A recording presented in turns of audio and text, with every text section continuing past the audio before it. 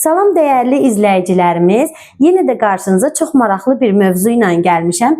Gəlin birlikdə lövhədə yazdığım cümləyə diqqət yetirək. Azı bilməyən, çoxu da bilməz. Burada biz diqqət yetirəcəyimiz məqam az və çox sözləri ilə bağlıdır.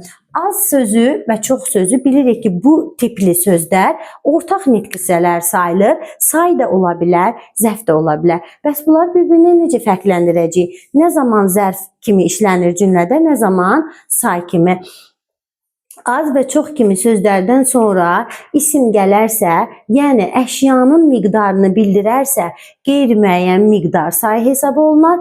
Hərəkət gələrsə, yəni hərəkətin miqdarını bildirərsə, bu zaman miqdar zərfi hesab edilər. İndi bu yazdığım cümlədə yəqin ki, diqqət yetirmisiniz. Özündən sonra hərəkət bildirən söz gəlibdir. İndi bunu zərf deyəcəyik biz. Yox, zərf deyə bilmərik. Çünki diqqət yetirməlisiniz ki, sayın isimləşmək deyə bir xüsusiyyəti var. Burada say isimləşibdir. Say nə zaman isimləşir? Özündən sonra gələn ismini itirəndə say başlayır isimləşməyə. Yəni isim öz xüsusiyyətlərini cümlədə saya verir. Burada da gəlin görək özündən sonra isim artıra bilirikmi?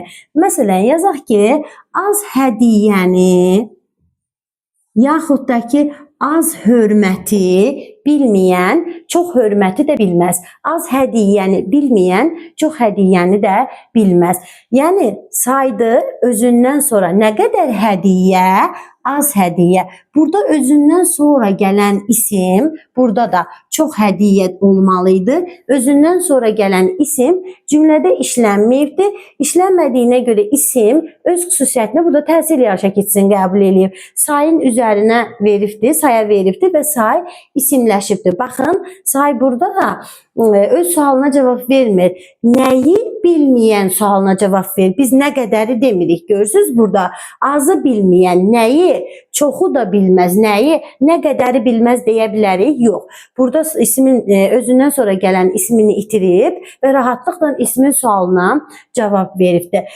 Bu cür cümlələrdə, yəni qarşınıza bu cür nümunələr çıxarsa, biraz diqqət eləyin ki, yəni qayda olaraq düzdür. Biz deyirik ki, feildən əvvəl gələrsə zərfdir, isimdən əvvəl gələrsə saydı, ancaq orada da isimləşmə məsələsinə diqqət yetirməliyik. Əgər isimləşmiş sözdürsə, bunu nitq hissəsi olaraq say kimi götürürük.